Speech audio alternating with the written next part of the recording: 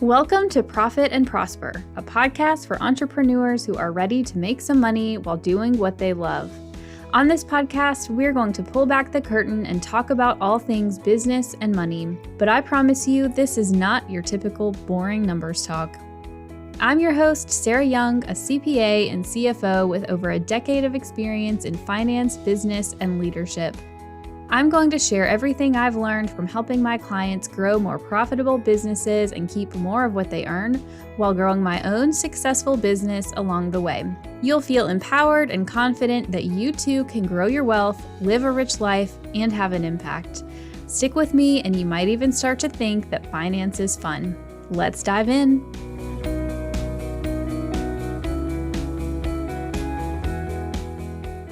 What's up, y'all? Welcome back to the podcast. Since it is the end of 2022, I'm doing a countdown of the best episodes of the year.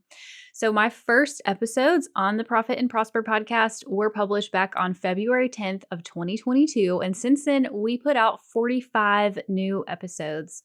We had, as of the time of recording this, we had over 4,000 downloads and have over 100 of you listening every week. Now, I have no idea how those stack up to, other podcasts out there, but to me, having 100 of you listening to me, every single week is pretty good.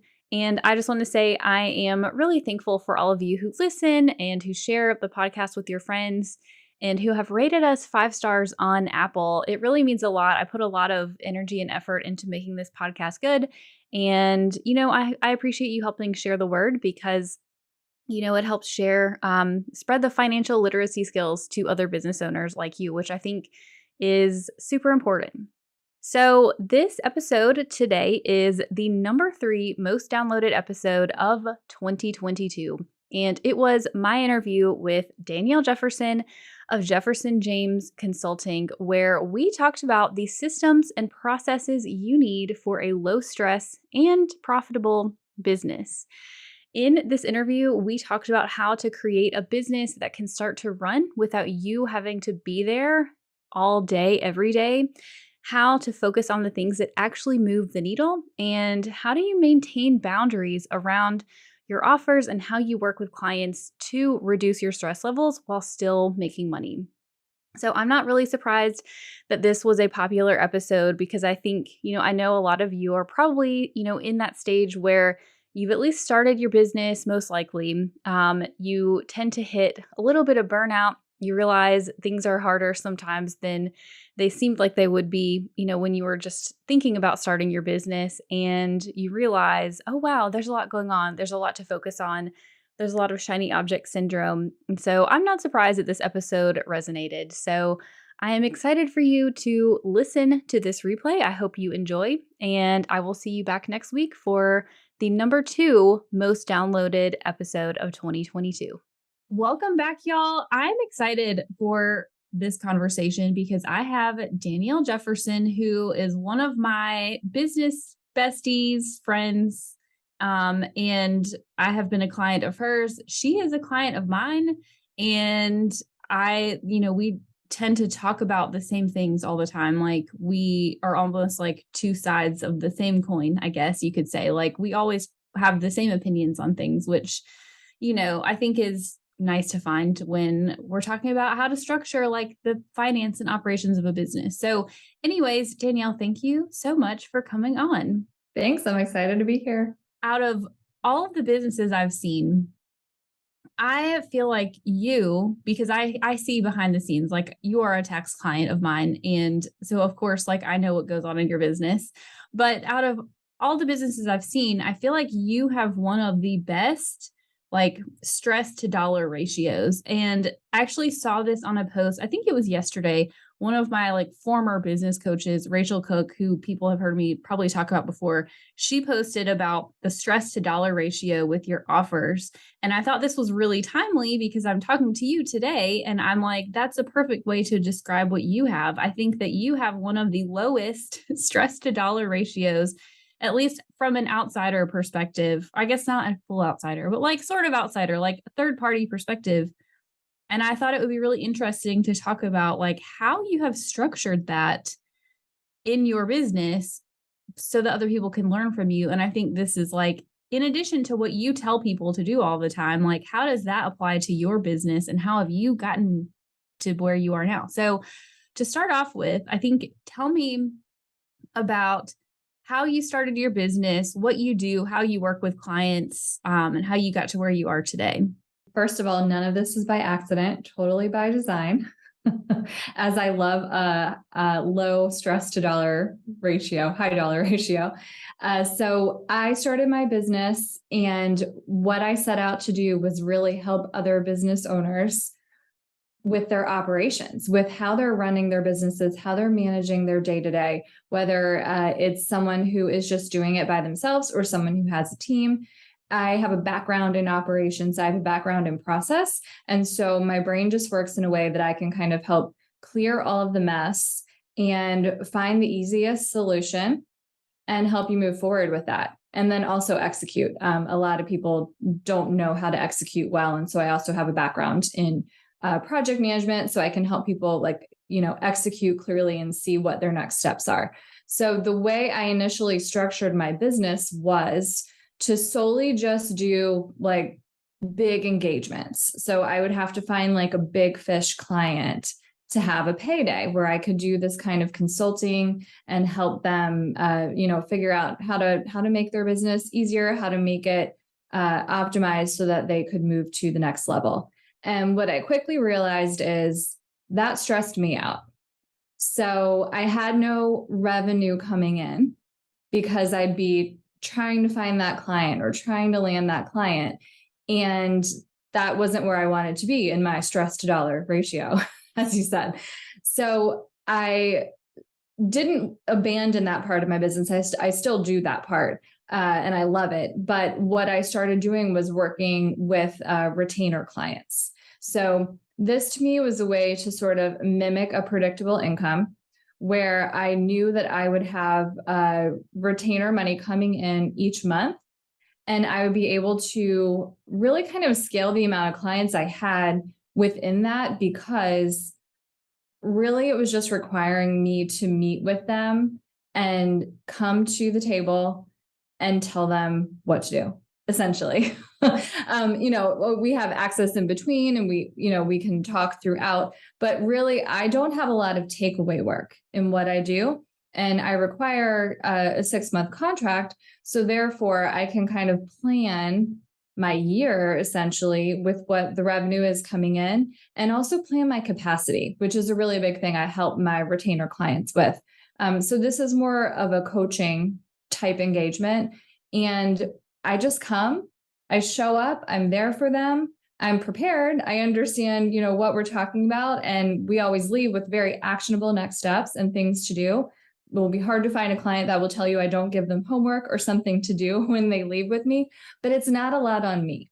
So that's how we create, this ratio of, you don't have to put a lot of effort in to have the profitable or sustainable income.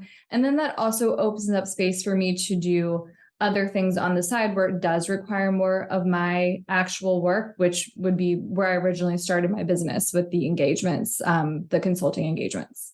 So you said a couple of things in there that I think are really good takeaways. One is that you went from your consulting work to a retainer model. And I hear from a lot of people who do that consulting work that I know this is the same for you, where what you're actually doing on your consulting jobs can vary widely, right? Like what you're doing for one client, like ultimately, yes, you're working on operations, but like what you're doing specifically for this one versus this one over here can vary widely. And so what I hear from a ton of people is that they can't do a retainer because there's a ton of reasons, right? They don't know how to package up their offer into a retainer that they can then repeat with multiple clients. They're afraid that if they do a retainer that they're going to have stuff out of scope all the time and they're going to end up working more and not making as much money because they have a retainer. Or they just feel like, oh, my clients only want customized packages. They don't want to have the retainer. It has to be custom. How did you do this? And then how do you talk about this with clients? Because I think, I have a retainer, right? Like I have done this too. And it was like the key, honestly, I think to me having more profit in my business because having that consistent monthly income as a baseline. So full disclosure, this part is really easy for me because my brain works in process. So I see everything the same. You tell me you have something custom and I'm like, no, it's the same as what's happening over here. It's all the same process. So I think a lot of it is a mindset and like a kind of being afraid to feel like you're fitting clients into a group that might, utilize an offer and versus doing all of the customization and feeling like you have to have something special for each client. That's a mindset hurdle for people, number one, which I did not have to overcome, but I do help my clients overcome that all the time by showing them that people don't actually want a million and one choices. I always say they came to you to solve a problem. So stop giving them more questions to answer, right? They need direction. They need a leader. They need someone who can definitively say, like, here's how we do this. And I'm going to help you, achieve your results. So that's a mindset shift that you need to make, number one. Number two is identifying different types of offers that you might have and understanding that not everybody's going to fit into that retainer model. It's a very specific type of client that I have that needs retainer services. And I'm sure the same is for you. And I'm not going to offer that to everybody. So I like to identify characteristics of potential clients that I am meeting with to understand what I'm going to offer them. They don't get to see all my offers. They don't need to see all my offers. Like I said, and like I keep saying to people, they're coming to you to solve a problem. Give them the solution that's going to work for them. Don't give them a selection. So I think some people have a fear of that, right? Where they have all of these things and they're not going to choose the retainer. Don't give them an option. If you know you are the expert in what you're doing, that's why you have your business and you know what is best, go ahead and serve that up to them. And then the third thing is boundaries, right? So I think you were talking about scope creep and people feeling like they're actually going to work more and customize things for people who are in a retainer model. I mean, just be really clear with your boundaries. I am very clear with my coaching clients that I want them to have the balance with their business and when they're spending their time in their business. And the very first thing we always start working on is their schedule and how much time they're spending after hours that they don't really want to be spending, right? And I model that for them. So I don't respond to them after hours. I don't respond to them on weekends. I start after a while because like, hey, I'm not, it's not that big of a deal to do it, but I model the behavior for them first so that I very clearly set those boundaries and they know if I'm on vacation or it's a weekend and they want to send me a message, that's cool. But no, I'm not going to get to it until the next working day. You make those things look really easy. Are you ready to change your money story this year and feel confident about your next moves to create more profit and cash flow in your business? You've probably already thought about your business goals for the upcoming year, but I don't want you to forget the financial side of things. How can you make sure that you are taking action on the areas where you'll see the most immediate, biggest impact on your bottom line? Because having a wealth-generating, profitable, and resilient business doesn't happen by accident. You need to take intentional steps toward creating more profit. That's why I created my totally free financial review workbook. In it, I will walk you through how to assess your business's financial picture with no math required, how to think big picture about what worked and what didn't with your finances in the last year, and how to identify your next 3 money moves to make in the upcoming year. To get your free workbook, visit the link in the show notes or go to trustyoungco.com/review and be on your way to a more profitable and aligned business. I think the mindset of like everyone is special is one that I feel like it gets easier with time because the longer that I've been in business, the more that I see all of my CFO clients, which is my retainer service, all of my CFO clients, we really go through the same process and like how it's applied to their business may be a little bit different because this one might be an agency. This one might, do home services, right? But like ultimately the process is the same. And I recognize that because I'm the expert and I'm the one doing it. So I think to your point, like understanding you can certainly treat everyone like they're special, because they are. Like, we're grateful for our clients, but also their problems are not unique. Like, everybody ultimately has the same problem. And I think it's your job. It's my job as a CFO to say, this is what you need versus, to your point, Danielle, like what they think they need, because a lot of times they're not the same. Right. And then boundaries, like boundaries honestly are hard, especially I think when you're first starting out to like, because you want to please your clients. And for me, this has just come with practice because I also come from the corporate world where like we're expected to be on all the time. And like your boss is modeling that they're checking their email in the middle of the night and responding to emails at 2 a.m. Right. I actually had a tax consult recently and they sent me a follow-up question on Friday at like 3:45 p.m. And I left for the day because I go work out and then I go pick up my son at daycare by like 4 or so. So I'm out by 3 most days. And they sent me the email at 3:45 and I saw it because I saw the notification on my phone, but I didn't respond, obviously, because I was off. And then on Sunday, I got a follow-up email. Hey, did you see my email? And I was like, okay, boundaries. And so like I responded, like I think old Sarah would have responded like immediately, trying to please them, trying to get a signed proposal. I waited until Monday and I said, hey, my working hours are X. I don't check emails over the weekend. Like, please give me a couple days to respond. Here's the answer to your question. Right. And they didn't reply. Like, it's been over a week and they've not replied. And I think that, yes, I think you have to learn to be okay with like sometimes you do set boundaries and like people are going to be pissed off about it because those people typically are the ones who maybe don't have boundaries. Right. Or maybe they're just busy, but like it's okay, I guess is my point. And the key word you said in there is practice. That's what it is, right? It's building that muscle, building those habits so it becomes second nature to you. I do a lot of things that I'm uncomfortable with, but I keep doing them, right? To get better at it and to make it easier for myself. That's kind of my whole goal in life, is just make things easier. I'm not sure why. Maybe I'm trying to avoid things, but it's that's what I help my clients with too, right? So part of the reason why you might need someone like that helps you with coaching, right, is because you're trying to fill a gap. And this is what I will tell you, like the first thing I tell people to spend their money on is something that is essential to you, that is like such a downfall that you have, like such a big gap. That's why I have you, right? Your thing is not my thing.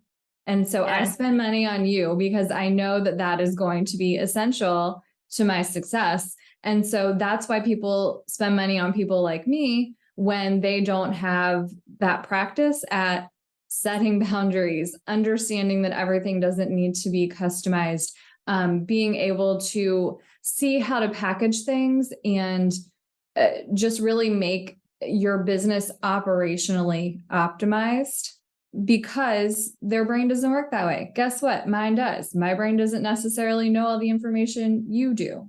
Yours does. So it's finding someone who will help you practice that, and then it becomes easy. So it is easy for me. And that's what I've built my business on. So find somebody who's already done what you need help with and just get their help. Yeah.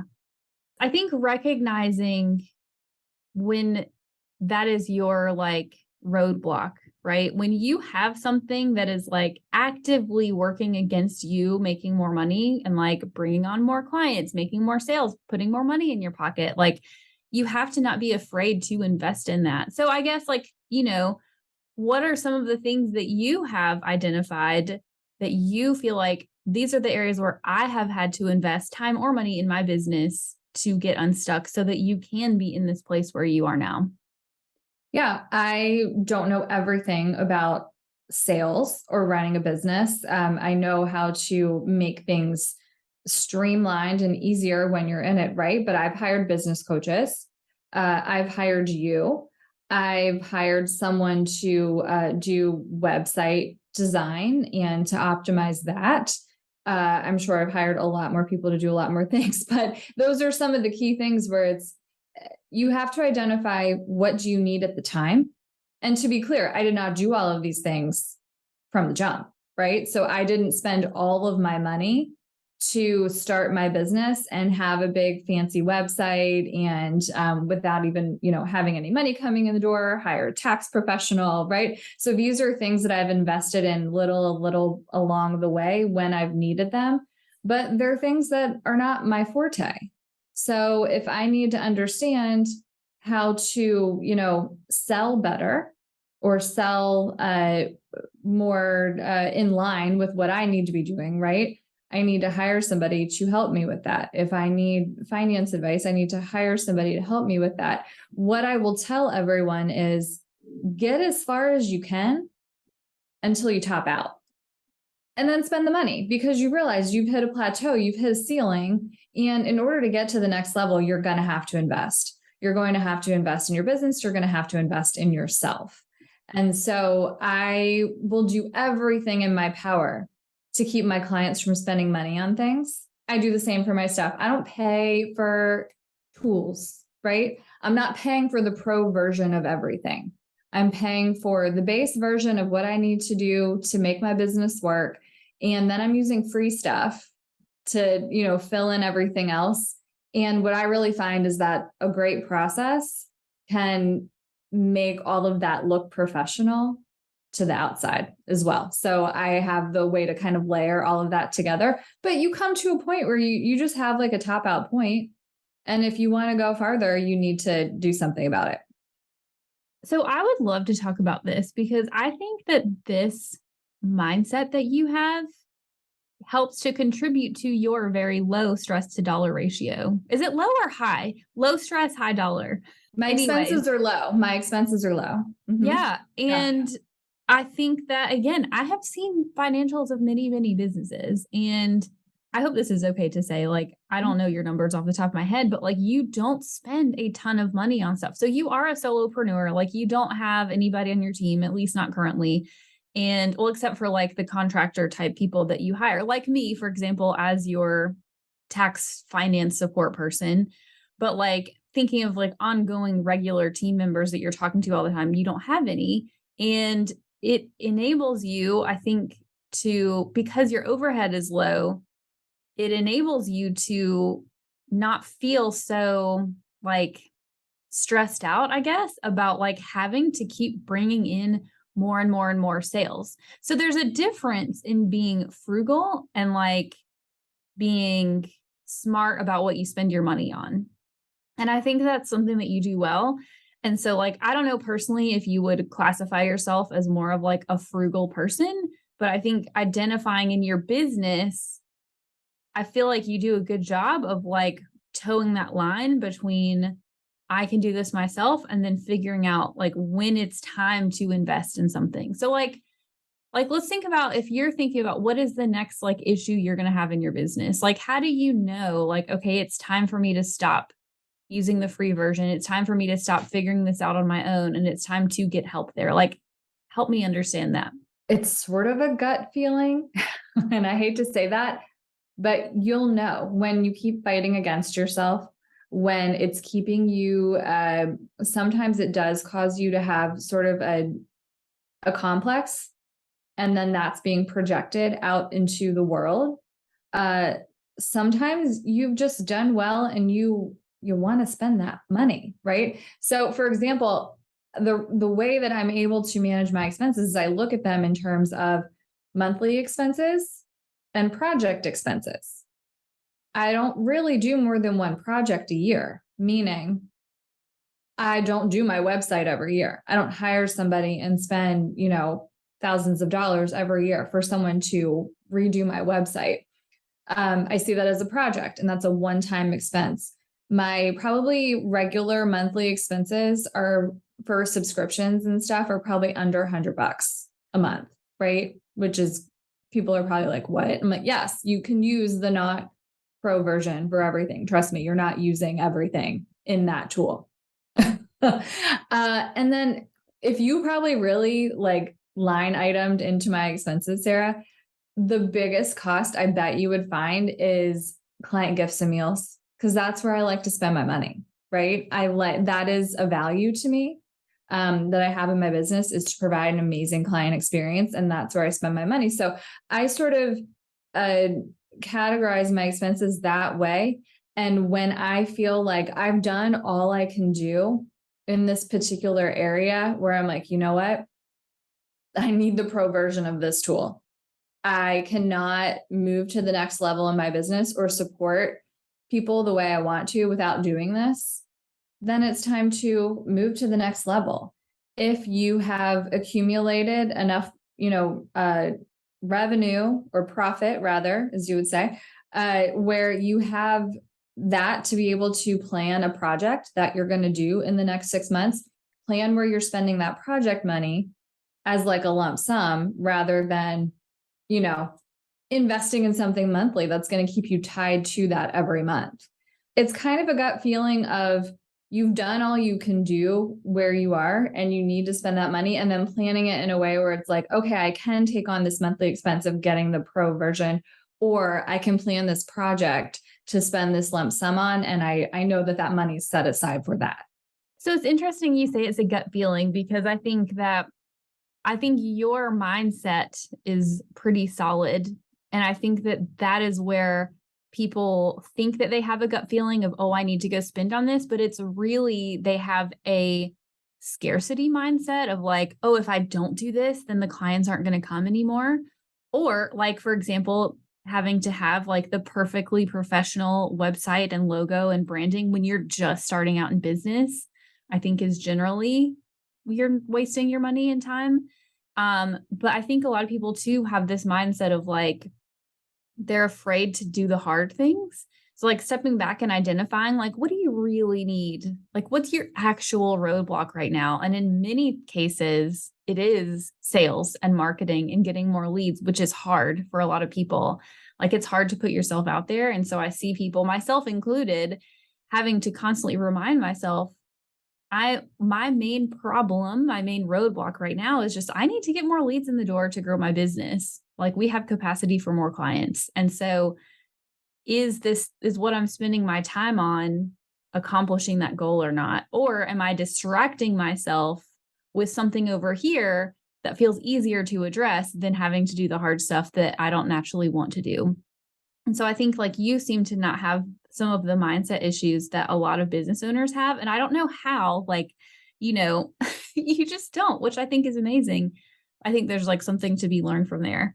So, But here's what it is. Let me interrupt you for a second, because you're right. It's a mindset thing. And people generally are, messing around in the fancy versions of tools that feel like they're going to get them organized or feel like they're going to make great, graphics or content or the website, where to your point, that's not bringing money in the door. So I like to look at what are the needle movers? What are the things that are going to move you forward in your business? And the reason why I have that mindset is because I know that this isn't a great answer, but my brain works in terms of clearing out nonsense. So I say this to people all the time. I don't take notes. I really don't take notes when I'm in meetings. I didn't even do this when I was in corporate, because I'm listening to the information, I'm synthesizing, and then I'm pulling out the salient points, the key things that I need to remember. And there's usually not more than 2 to 3. Spoiler alert. So you can remember 2 to 3 things. So what you need to do is kind of take the time to reflect on what you're doing in your business. What are the things that are going to be the needle movers? Pull out those key things and then just align your actions to those. If the pro tool that you're spending money on or the website, glow up that you're spending money on isn't aligned to those needle movers, don't do it. I think a lot of people, at least starting in business and getting up into like mid to high 6 figures, like you're investing a lot in growing. You see the successful business owners, the ones who are like years ahead of you, and you think that their success is tied to all the fancy bells and whistles that they have, right? But it's really not. So what are the needle movers, do you think, for most business owners? Yeah, I think they're different at different levels, right? So I think when you're starting out, the needle movers are having very clear offers, a very clear process, and being able to sell. So if you don't know what you're selling and how you're delivering it in a, like, I can tell you in 5 seconds flat way, and you also aren't bringing people in the door to be able to sell it to, like, those are the things you should spend your money on. Don't spend your money on a website, because chances are people aren't just, in your first 6 months of business, Googling and finding you. You're talking to people, you're networking, right? Then when you start getting a little farther along, you're probably starting to think about, how am I investing in hiring a team and people to take work off of my plate so that you can, going back to doing more of the selling, because you need to keep bringing money in the door, right? To pay those people. So it's next level is kind of like team level, and putting systems together. So you might think you need to start with the technology. You do not. I start everybody in a spreadsheet, because go to a spreadsheet is like the best process you can ever build, right? It's the best tool. But you will get to a point where people do need to start communicating when you get a team, and then you're moving on to systems and technologies. And then past that, it's really, that's where you start to layer in like the fancier things in terms of, do I need to be running targeted ads? Do I need to be buying, some kind of space somewhere? Whatever it is, like the bigger needle movers that are, and that's where you get customized, I think, because it depends on your business model. It depends on the product or service that you're selling and like what your industry is. And then it kind of just depends on what you're good at.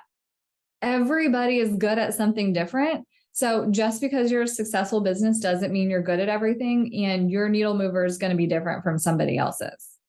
I think you're right. When you start a business, like getting from 0 to like 100K a year in revenue is like a big lift, right? To go from 0 to 100. And the needle movers there are what you said, solid offers, streamlined offers that I would also add are priced well. Yes. Having a repeatable process and a good client experience, and being able to sell, converting people, right?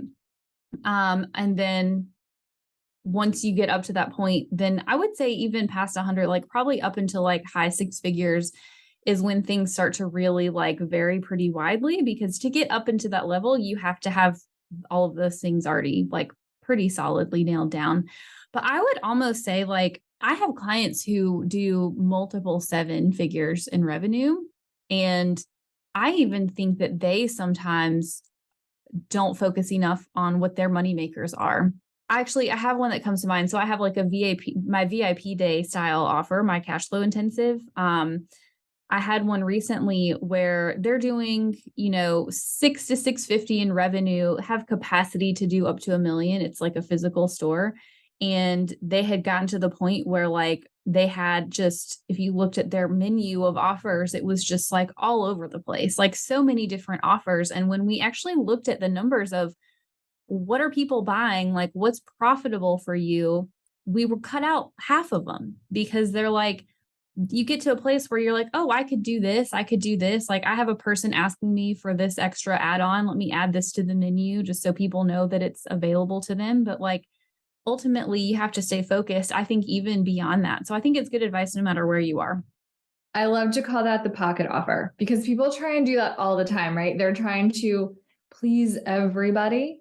It's kind of like when just new level, new devil, right? So you are moving up to the next level, you have this much in revenue, but you're still, maybe it's like new level, same devil almost, right? It's, It you're is. kind of, you have to reset each time you move up and check yourself and make sure you're not kind of falling back into old habits.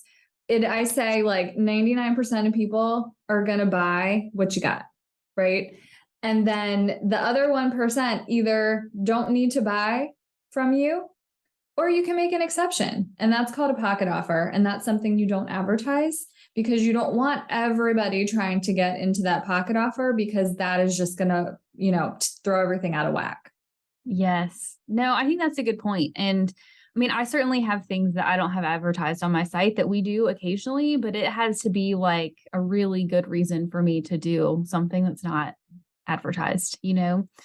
I feel like there's so many business owners from just starting out, even up to like getting to $1 million, where if they stop working, if they take a week off, if they're not there constantly like turning the wheel, they stop making money, right?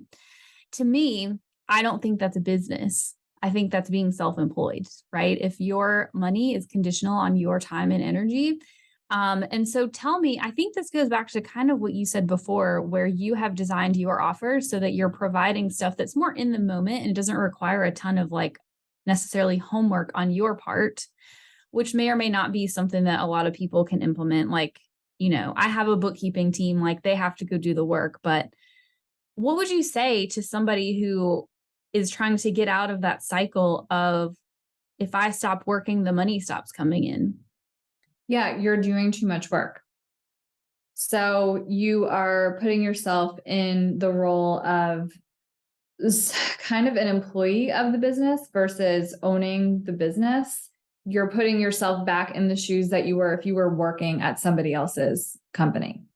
You need to be designing your process so that you can remove yourself from that, empower your clients to be, doing whatever they need to be do for their part of the process. So a really great example that I helped someone with who was having this exact problems in the fitness industry, personal trainer.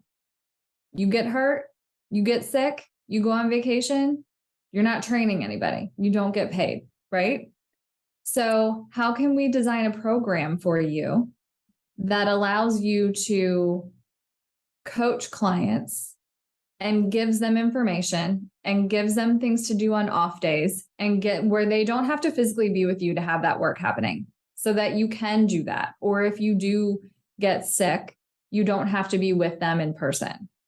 It's definitely specialized to whatever your business is.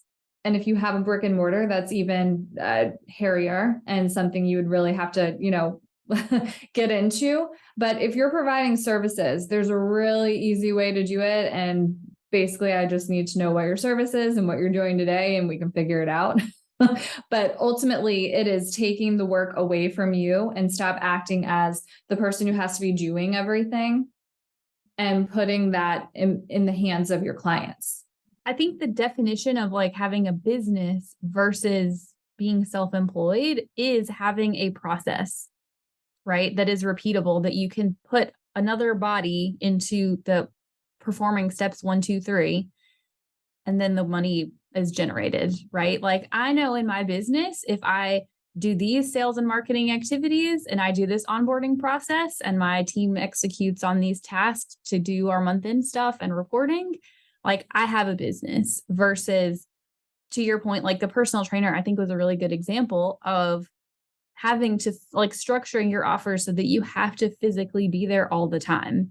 And you can either, in this case, like a personal trainer, I'm imagining you can do a program that they can sort of scale, or you can train other people in your personal training process, which is a totally different business model, right? But there's ways to do it, but those are ways to have a business and not be self-employed. And I think I just see so many people who get stuck in this like self-employed trap. And I'm also glad you said, because I hadn't thought about this, but like there's, I think in many cases, stuck in that employee mindset, right?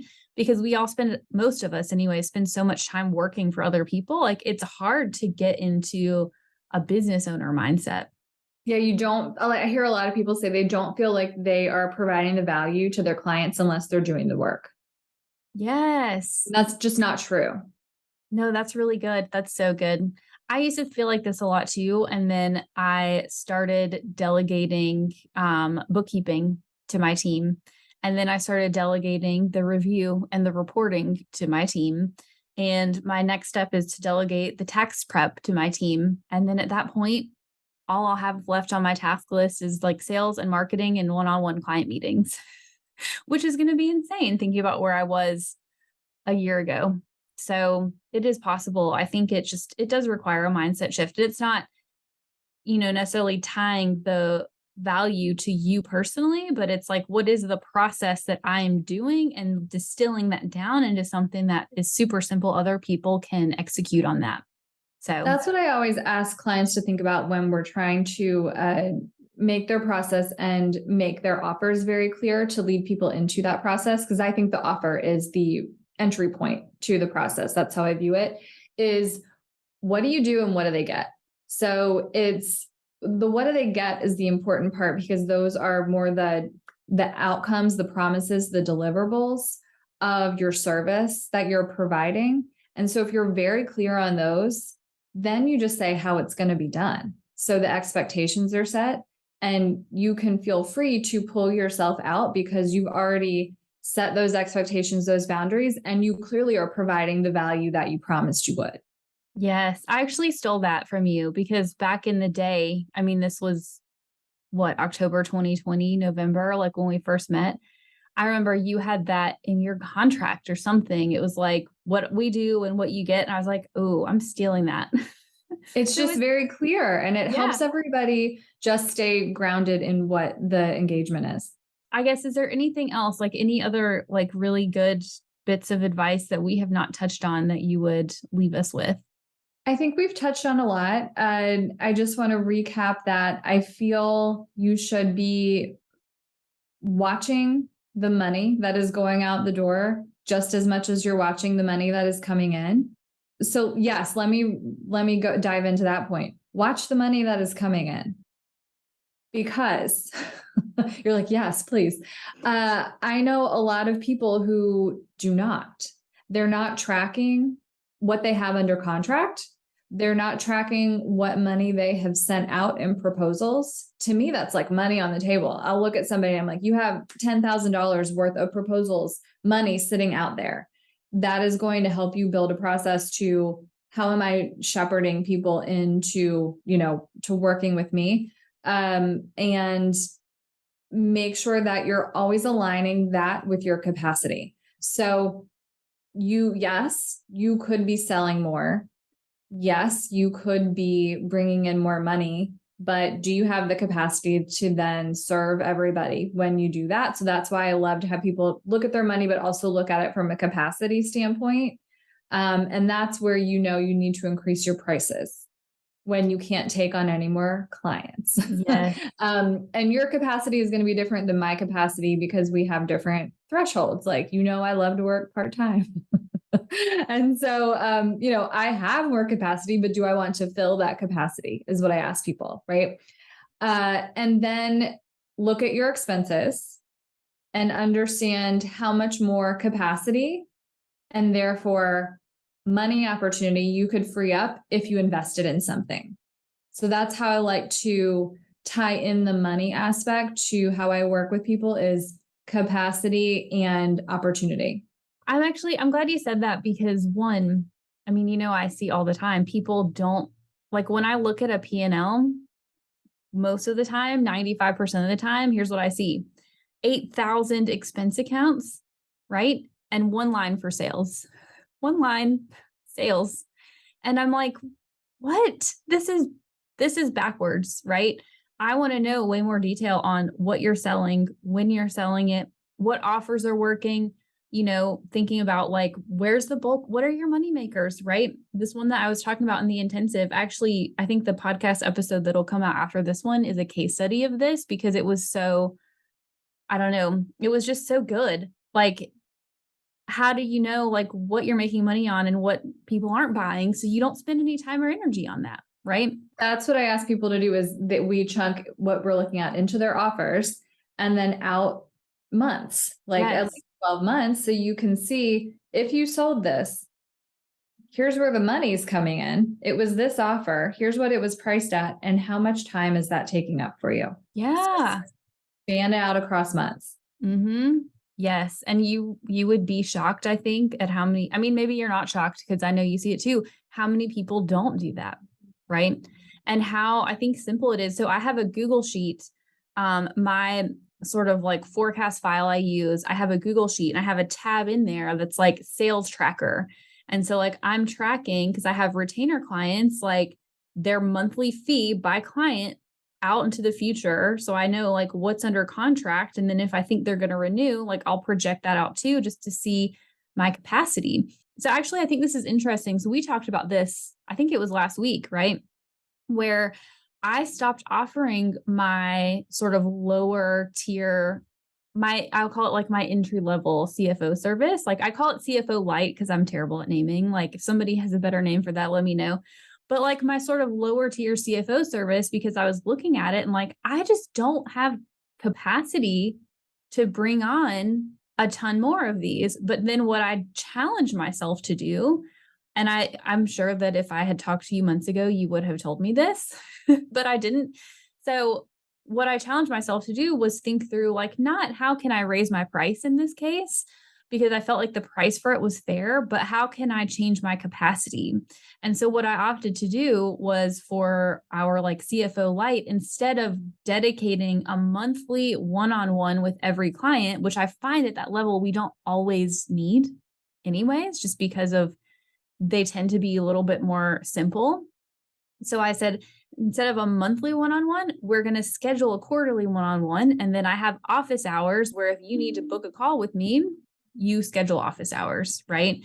And in that way, I was literally able to like quadruple the capacity that I have, because for me, it's just, I have to have a meeting with them once a quarter, right? And then my team handles the rest, and my team has capacity to do that work. And so I think it's like, thinking outside the box there sometimes is going to help you figure out like, how do I maximize my capacity, right? That's a great example of, I tell people to look at their business model. So assessing your business model and figuring out how can you shift it to move you to the next level. And that's what you did. And I think when I say that, a lot of people feel like they're going to have to completely throw their business out the door and start over. That's not what I mean. What I mean is exactly what you just did, which is how do I assess the way that I am creating capacity and therefore money for myself in my business, and utilize what I have instead of, killing myself or raising prices on people where they don't Yeah. really want to be paying that price. How can we just think differently? I was literally thinking like, I only have space for 3 or 4 more clients, right? And at that point, like once I bring those on, I'm either going to have to start a wait list, or I'm going to have to hire another CFO, which would be crazy expensive, or, come up with some other way to keep growing my business. And You had topped out there. right, exactly. But instead, I was like, okay, I'm able to, like, I was literally able to map out, like, if I have this number of clients in each of these buckets, like, this fits within my capacity. If I hire a tax person, which I will have a job description posted in the next couple of weeks, I promise you, I'm committing to it on the podcast. Anyways, I was able to map out, like, here's how I can generate $1 million in revenue based on the offers I have with the team that I have without having to hire a really expensive CFO. And I was like shook after I did this. It's funny that you say that, because I'm going to go back to what I was saying in terms of having people map out their offers and how that's going through the months. The whole spreadsheet view is your forecast. And so, and I do this for myself. I do everything for myself that I ask my clients to do is I have the number of offers that I can take to meet the revenue goal that I want.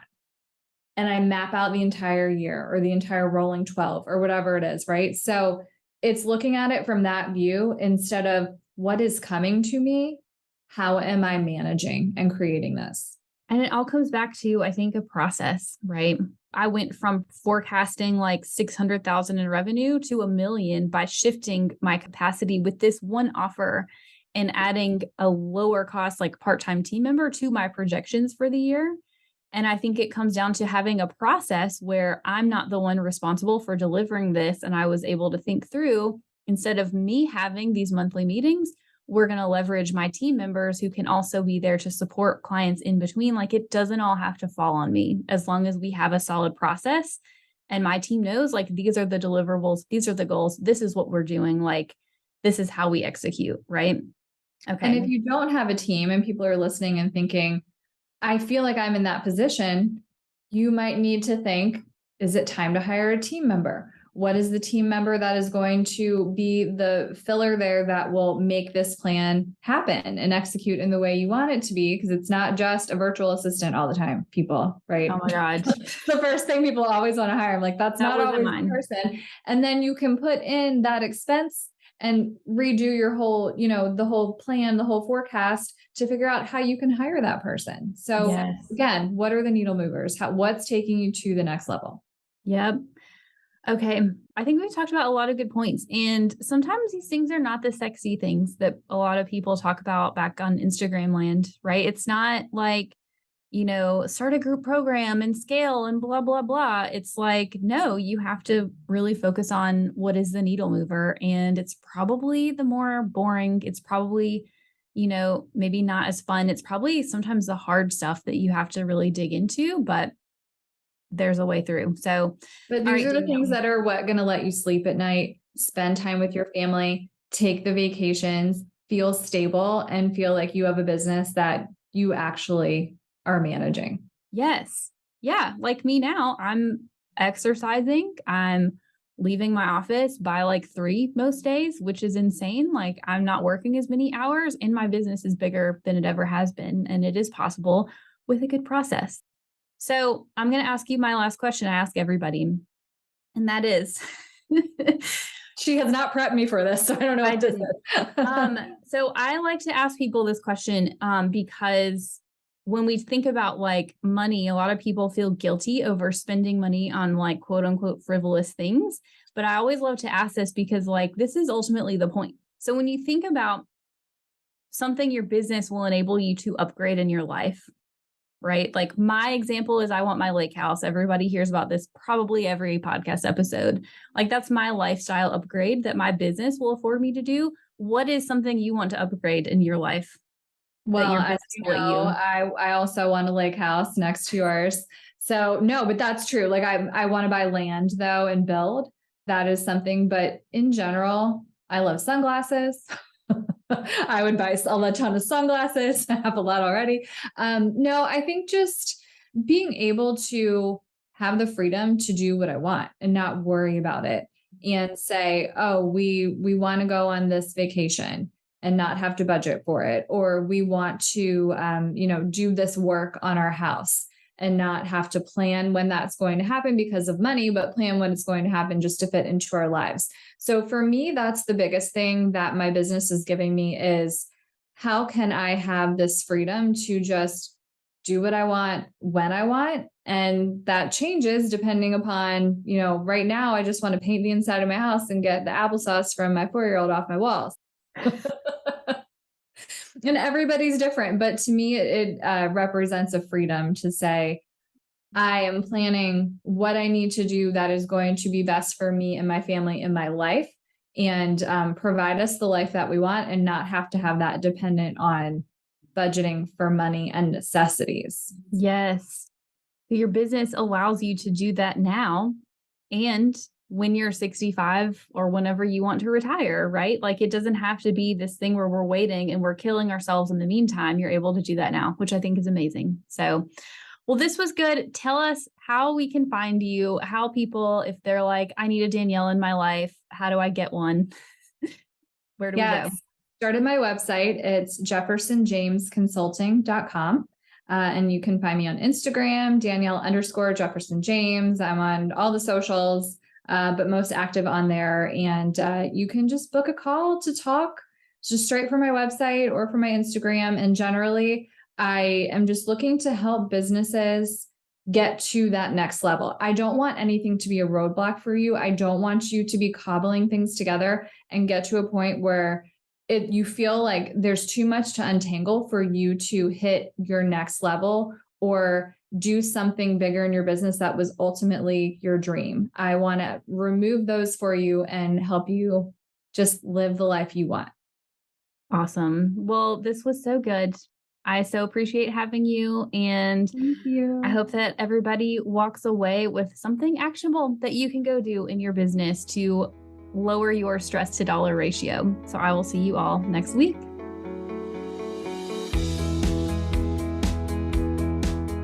Thanks for listening to this week's episode. Now, I want you to go take some action. What's one thing you can do this week to create more profit in your business? Send me a DM on Instagram at YoungCoCFO and share your action item with me. If you have a question or topic you'd like me to dive into, or if you're feeling empowered about taking charge of your finances, let's continue the conversation.